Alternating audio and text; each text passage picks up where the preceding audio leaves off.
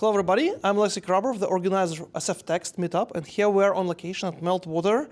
We're very happy to be at Meltwater for the first time, and here with us we have Babak Rasolzadeh, who is the Director of Data Science at Meltwater. And Babak is going to talk today about NLP technologies at Meltwater, but we're going to ask Babak here about his own interests. So how did you come to do data science at Meltwater? What was your career trajectory before? I know you were in different startups, you in different parts of the world. If you can kind of give us an outline of your interest and what attracted you to this space. Sure, absolutely. Very happy to have you here and have the meetup arranged here at Meltwater this time. My background in this field is actually not in text analysis or NLP. Mm-hmm. My background is actually from computer vision and robotic vision, to be precise. Mm-hmm. I did my PhD in that subject, and during those 5-6 very forming years, this was back in 2005, 2006, I worked on everything from autonomous vehicles to self-driving cars, and technologies for pedestrian detection, street sign detection, to technologies for humanoid robots to interact with their immediate environment, to actually be able to manipulate the objects they see, to recognize the objects, or even be able to manipulate objects that they haven't recognized, but they can identify the shape. So a bit of a diverse background in that sense. I was never good during my PhD at focusing, as my advisor used to say, my professor, that I need to focus on one thing. I heard focus from my advisor all the time. I think it's a very common thing. Yeah, it is, because it's a common thing for PhDs. But it's vision. It's just the vision, right? Like you need to focus. Yeah. maybe you need to focus your robot, right? Exactly. So I was interested in a whole range of things, and which was also why already during my second, third year of PhD, I thought some of this stuff that I was working on, my colleagues were working on, could be commercialized. Mm-hmm. So I went ahead, and this was back in 2008, and started a computer vision startup based out of Stockholm, where I was doing my PhD. Mm-hmm. And this startup called Oculus AI was you trademark it and patented it. Yeah, I wish we had. Yeah. There's another Oculus that everyone knows about. That wasn't us. Right. But we were active for 5 years. We worked on 3 different products, or rather, I should say, we pivoted 3 times during that journey two times because we realized, we were first-time entrepreneurs. We realized that a lot of things we were assuming in the beginning were not right. But we worked in that startup on everything from image moderation to logotype detection in images to mobile product recognition. So we built actually an app that I used to call, or still call, Shazam for products. Oh, nice. Yeah. I worked for shoes, bags, and hand wristwatches. Oh, nice. Yeah. And it was towards the end of that journey. I mean, the startup was by that time 15 people, and we were still not profitable. And the investors and VCs were kind of getting tired of that. And around that same time, Meltwater came into the picture. As I said, we were already doing logotype recognition detection in the wild. And Meltwater, being a media monitoring company, was interested in that. In addition to that particular technology, they were also even more, I would say, interested in the team that we had. We had a strong team that I built as founder there of 10 research engineers and computer scientists that had done PhDs in various fields of computer science, like computer vision. So it was a very strong and well-fused team that Meltwater kind of wanted to copy-paste into their own organization to work with a whole range of data science-related, machine learning-related problems. And that was back in 2012, 13. 13 was when the deal was finalized, and me and the team were transferred to Meltwater. Nice. And so I know you operate basically a distributed team, right? Yep. So you're in Stockholm, you're in London, you're in San Francisco. Right. So the engineering team is pretty distributed all across the organization. My particular team, the data science NLP division, is distributed across Stockholm, Budapest, Bangalore, and here in San Francisco. Interesting. So yeah, I manage 23 people that are quite spread out. How do you make this a cohesive team, and like how do you structure problems so kind of you can move in parallel in all these different places? Right. Yeah. I strongly believe it. Meltwater strongly believes in co-location. I mean, we have 60 offices in about 30 countries, which is more offices than Oracle has. And the reason is not that we're bigger than Oracle. We're not. We're about 1,000 people. So 60 offices for 1,000 people is might seem like a lot, but that's because we really believe in co-location. So, but co-location in the sense of agile, lean, small teams, right?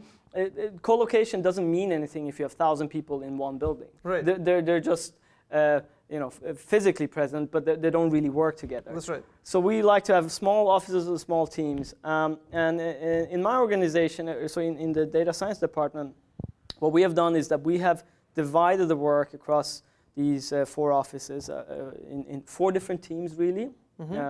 Scrum teams, agile teams that we have. And each of those have a very well-defined task within the product stack that we work on. That way they can focus on that while being part of, of course, the big picture. Okay. So as director of data science, right, how do you choose the balance of forward-looking R&D and kind of improvements, operational improvements, customer requests? How do you pick what is the next area of research, what will help you kind of improve the whole business? Right. Really, the way I think in any organization, the way that needs to be designed is adapted to the ecosystem and the situation you're in as a business. We at Meltwater have decided that for now we want to dedicate about 20% of our efforts to forward-looking, potentially throwaway research, right? Research that may or may not yield something, but still something we want to invest in and kind of venture. I think the trade-off between what I always have called exploration versus exploitation is something that companies, especially R&D heavy companies, need to take seriously. It's a trade-off that in either way that you decide to balance that, that has to be a very active and well thought through trade-off and balance that you do. Ours is in rough numbers 20/80, and what we decide that 20% is supposed to be is actually a function of bottom-up innovation within the organization that we don't want to hinder, because we strongly believe that if we're going to be innovation-driven, we have to allow for bottom-up innovation. And then some of it is, of course, directed or at least hinted within certain light constraints of what we believe the market, at a strategic level with product management, believe that the market is moving towards within the next 3 to 5 years, for instance. And our work, for instance, on the knowledge-based knowledge graph that we were building is one of those efforts. Interesting. Yeah, we talked about it before. So this is very interesting. So your 20/80 is kind of it's a different take on Google. 20% time, right? So it's kind of you kind of switch to kind of innovation and structure it in such a way, right? That people can do that. Interesting. So yeah, knowledge graph is very interesting, right? So it looks like a lot of disciplines around machine learning, data mining, AI in many areas converged, on the fact that we need kind of world knowledge, right? So Google has its own system, right? And kind of and everybody's trying to build this. So what do you think? Like, what's most interesting for you in this next stage? Like, what do you think? Like, what excites you the most, basically, building this knowledge as it applies to Meltwater? Right. I think the knowledge graph, or as I sometimes refer to, the business graph, because that's sort of the context that's relevant for Meltwater, where the entities in the graph are actual business entities, products, people, organizations. It's going to be a total game changer. It's going to not only redefine the landscape of business intelligence as we know it, but it's also going to redefine the landscape of search. I mean, if you look at, as you said, companies that are not in business intelligence in particular, like Google, or even Facebook, right? They are taking the graph approach, the knowledge graph approach, very seriously. I mean, Facebook has that built into their very existence and infrastructure and business logic. So I think having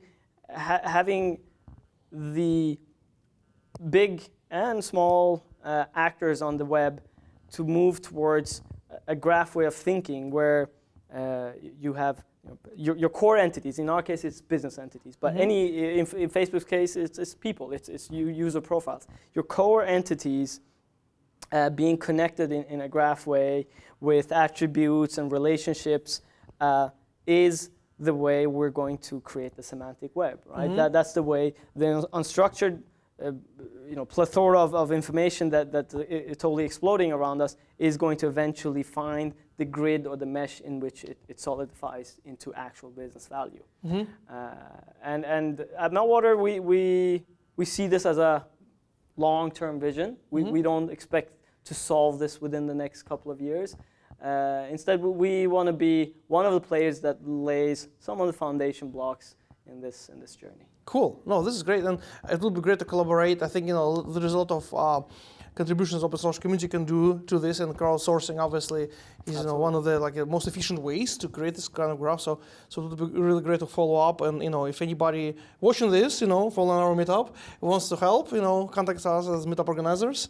Contact Babak, and kind of hopefully we'll figure out some interesting ways, because we at Nitro, we have documents, but we also face the same issue. We have names, companies, businesses, right? So a lot of players basically in, we're in orthogonal industries, right? So we're not competing directly, right? So I think for many companies it would make a lot of sense to collaborate here. So I would wrap up with kind of philosophical question. So you obviously you're a startup guy. You have your own company. You're a scientist. You're entrepreneur, and then you joined Meltwater, which is this big global corporation, and you've been here for several years. So what is it which attracted you? What is exciting for you in this setup? What does Meltwater enable you to achieve?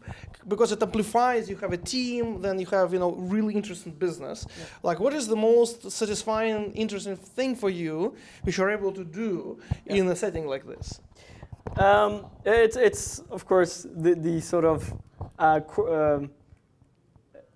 the fundamental question that any entrepreneur faces between big corporate and kind of small startups, and both have of course their upsides. I think for me, and I've been at Meltwater for 2 years now, what I've discovered is that there is a side to the big corporate machinery that's really attractive for an entrepreneur, a startup person as well, especially at Meltwater. Meltwater, we like to see ourselves as the world's largest startup. And I think it's probably not unique to Meltwater either. And one of the oldest ones. Right? Exactly. It's a lot of big companies out there are embracing. I mean, we've all seen what IBM is doing with Watson, the Watson technology. A lot of big companies, big corporations of the past are embracing the sort of startup thinking. And with startup thinking here, I really mean enabling innovation from the ground up in a way where short-term profits are not necessarily your first priority or even your second priority. It's more, enabling things that will later be creating profit. Perhaps and perhaps not, but you are willing to take that risk. And I think Meltwater is a company that takes those risks and takes them calculated. And of course, what a big company like Meltwater offers you is resources in a way that you, of course, as a startup don't always have, right? You have, there's always the solution of throwing money at something, which can be very attractive, especially if you have components. If you've broken down your problem into sub-problems, as good problem solvers do, some of the sub-problems might be less interesting to solve. You want them to you almost want to assume them solved so you can focus on the meat, right? The meaty part of your problem. If you can solve those sub-problems by throwing money at them, say you can do, you desperately now need named entity recognition in Chinese in order to do something else with that. You can solve that with a vendor if you have the money. That's right. And at Meltwater, we like to focus on the problems that are interesting for us and our customers, and therefore always have the option of solving something by just having a bag of money that will be just for dedicated sub-problem. Which basically is a trade-off between time and money, right? It is a trade-off between and time. you can focus your best points on the stuff which is really interesting. Right? Exactly. Well, this is great. Yeah, I noticed this, also kind of, B2B companies, I think, are most efficient in supporting R&D. And like you mentioned, it may not work out where a startup will die, but, a company will just, switch to the next project, right? So in a way, kind of, it's the best setup when we have a startup within a company, right? Yeah. So which seems like you guys have. So that's awesome. Well, that's very exciting. So, thank you very much. We're looking forward to your talk. Well, so am I. Thanks for having us. Thank you. Sounds Babak.